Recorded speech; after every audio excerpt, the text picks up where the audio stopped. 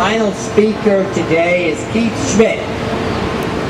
After graduating from high school, Keith became the youngest elected school board member in Pennsylvania history. His work in both state and national politics have spanned over 30 years. In 2007, Keith started his own consulting firm under the name Bridge Connections. Here is Keith Schmidt. Thank you, Bob Newman. Thank you all. Welcome, everybody. I'm a lifelong Pittsburgher, so I know what a gamble the weather is. So God is shining on us today. I've had two influences, a number of influences in my life. Of course, my mother, Anna Mae Schmidt, my late father, Arthur, are the largest influences of my life. I'm the last of their 7 children. They raised a good Catholic family in the West Hills of Allegheny County in Robinson Township. But I've had some other influences, both personal and political, and two big ones were Ronald Reagan. I was lucky enough to serve as an intern for Governor Reagan in 1980. When he ran for President of the United States successfully, and it really changed my life, and it set me on a new course in my life.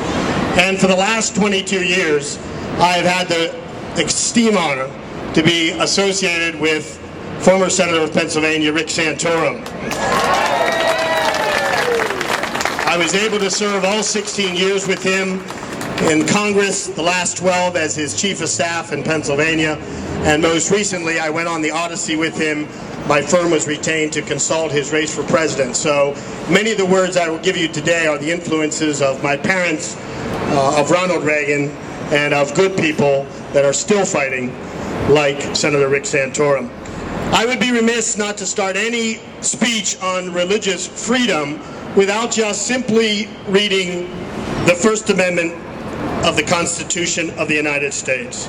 Congress shall make no law respecting an establishment of religion, or prohibiting the free exercise thereof, or abridging the freedom of speech or of the press, or of the right of people peaceably to assemble and to petition the government for the redress of grievances. It's that simple.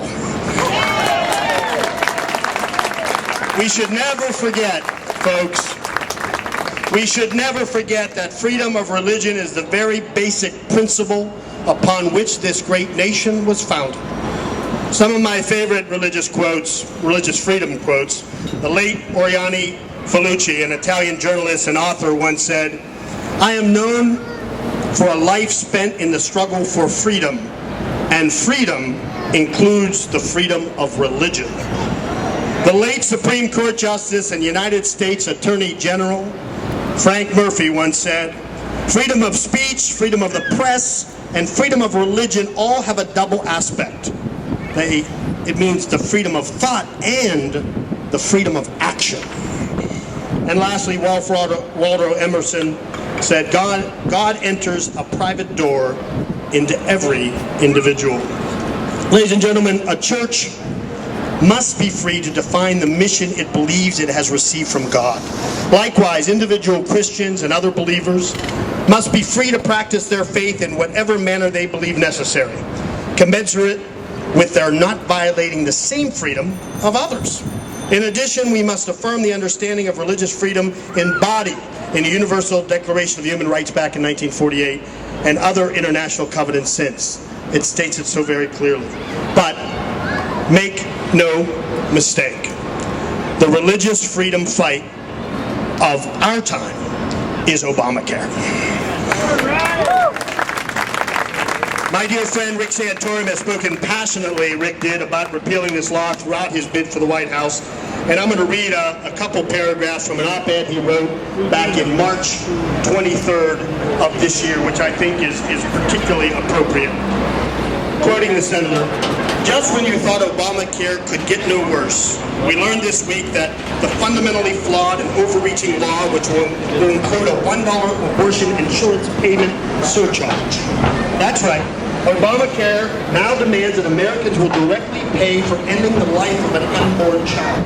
So no matter if you oppose abortion on conscience grounds, as I do, and as Christians and Orthodox Jews and Muslims and many others do, you will be forced to pay for abortions under the new law. Whenever you believe the practice of, whether you believe in the practice of abortion or not, your money will help somebody get one. How can that be?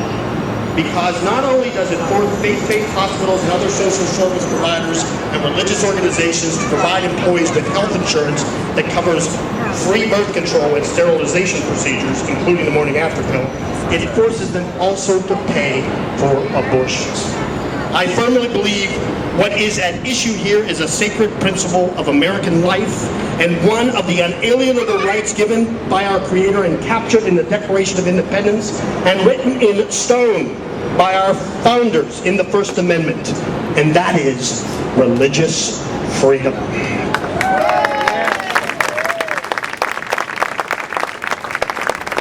And he ends this particular part of his op-ed with Obamacare, whether through the abortion surcharge or contraceptive mandate, violates fundamental conscious rights of individuals and religious institutions.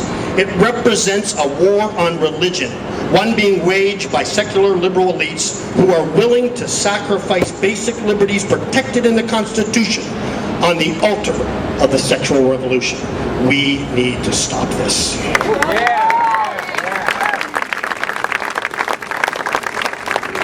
We absolutely need to stop.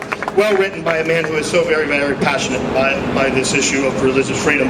Our founding fathers did go to great lengths to call upon future generations to preserve and protect religious freedom. Thomas Jefferson once wrote, and it is perfect for this occasion, "No provision in our Constitution ought to be dearer to man than that which protects the rights of conscience against the enterprises of the civil authority." Well said, Mr. Jefferson. Well said. Obamacare is unconstitutional and must be repealed. Root and branch. Freedom of religion is the bedrock on which all other liberties are based. Our founding fathers understood this. They believed it was relatively easy to establish freedom in our Constitution. The harder task, they thought, was to create an enduring system that withstood attacks on religious freedom. If we allow this healthcare monstrosity to go unchallenged, we will be jeopardizing the freedoms our founders worked so hard to ensure. Let us rally together to make sure this does not happen.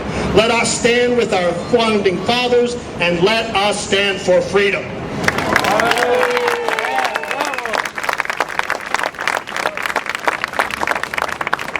As it is with everything in life, this issue is in God's hands. So let us continue to pray to our Heavenly Father, because with regards to religious freedom,